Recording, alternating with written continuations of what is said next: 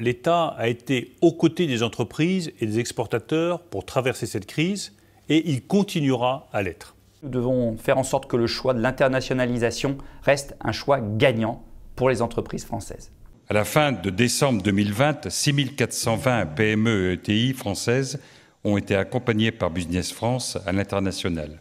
En 2021, la priorité sera la mise en œuvre rapide et efficace du plan de relance export qui devra bénéficier en priorité aux PME.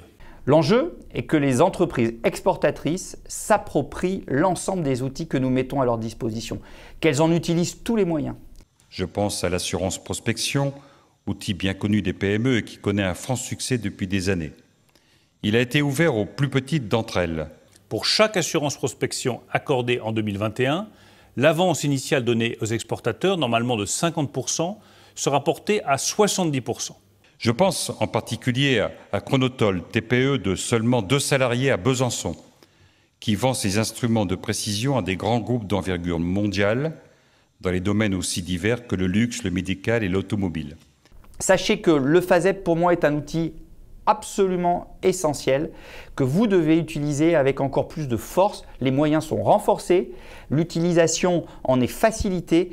Je pense aussi au dispositif du chèque relance VIE, qui permet d'apporter une aide aux entreprises françaises souhaitant s'engager de nouveaux talents et des jeunes talents en VIE. Au-delà de ces restrictions, il faut aussi que les financements export soient mobilisés pour des projets durables, compatibles avec nos objectifs climatiques.